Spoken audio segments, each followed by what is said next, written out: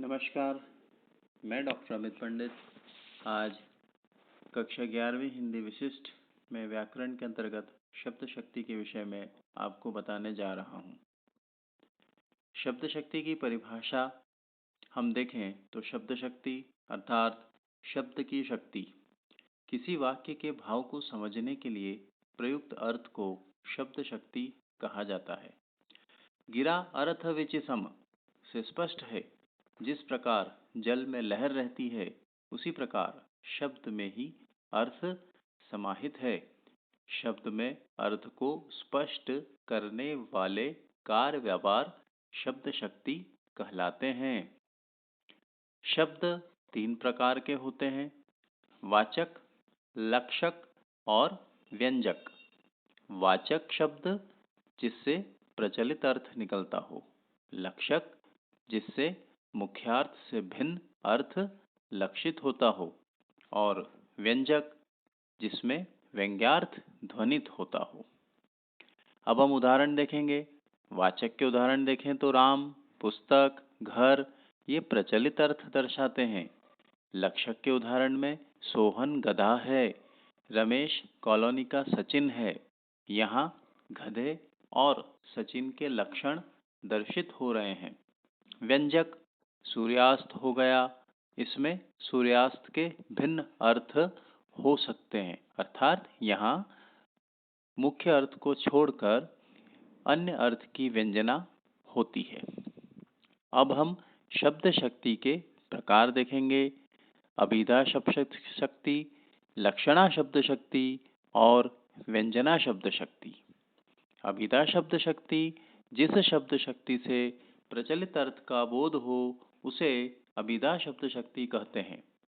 उदाहरण, मोहन खाना खा रहा है, दिवस का अवसान समीप है।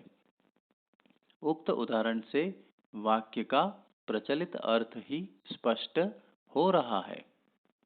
लक्षणा, इसमें प्रचलित अर्थ को छोड़कर इससे संबंधित रूढ़ि या किसी प्रयोजन से अर्थ स्पष्ट होता है। जैसे पंकज के फूल ले आओ। यहाँ पंकज के फूल से अभिप्राय कमल से है। पंकज का अर्थ कमल होता है, अर्थात कमल के फूल ले आओ। पेट में चूहे कूद रहे हैं। वास्तव में पेट में चूहे नहीं कूद रहे हैं, किंतु यहाँ लक्षण दिखाई दे रहा है। चूहे कूदने का यहाँ प्रयोजन भूख लगने से है। वैसे ही महाराणा प्रताप शेर थे। व्यक्ति शेर कैसे हो सकता है, इसलिए यहाँ पर शेर के लक्षण जो हैं, अर्थात शेर का अर्थ यहाँ निर्भयता से लिया गया है। महाराणा प्रताप निर्भीक थे, साहसी थे। व्यंजना, जब किसी शब्द के अभिप्रेत अर्थ का बोध न हो तो मुख्यार्थ से न लक्ष्यार्थ से अपितु कथन के संदर्भ अनुसार अलग अलग अर्थ प्रकट होता हो, वहाँ व्यंजना शब्द शक्ति कहलाती है। उदाहरण हम देखेंगे। सुबह के 8 बज गए हैं। यहाँ प्रयोजन के अनुसार अलग अलग अर्थ निकलते हैं। अब ये अलग अलग अर्थ क्या हो सकते हैं? ये हो सकते हैं नौकरी जाने का समय हो गया, या बच्चों के विद्यालय जाने का समय हो गया। ऐसे ही गृहिणी के लिए कामकाज में लगने का समय हो गया। उसी प्रकार से देखें, सूर्यास्त हो गया, अर्थात संध्या समय दीपक लगाने का समय हो गया। गडरियों के घर लौटने का समय हो गया। मजदूरों के कामकाज से घर लौटने का समय हो गया। अब मैंने यहाँ पर आपको परिभाषा, प्रकार, उदाहरण समझा दिए हैं। अब कुछ चित्रों के माध्यम से मैं आपको यहाँ पर अभिधा, लक्षणा और व्यंजना के उदाहरण बता रहा हूँ। जैसे इस चित्र में हम देखते हैं, यहाँ पर बच्चा विद्यालय जा रहा है और एक बच्चा पढ़ाई कर रहा है। यह अभिधा शब्द शक्ति का उदाहरण है। अगला उदाहरण मैंने आपको जैसे पहले बताया था, महाराणा प्रताप शेर थे। यहाँ आपको 2 चित्र दिख रहे हैं, एक महाराणा प्रताप का, एक शेर का। तो इसका अर्थ यह नहीं हुआ कि महाराणा प्रताप वास्तव में शेर थे, किंतु इसका अर्थ यह हुआ कि महाराणा प्रताप में शेर जैसी निर्भीकता थी, वे साहसी थे, यहाँ लक्षण प्रतीत होता है।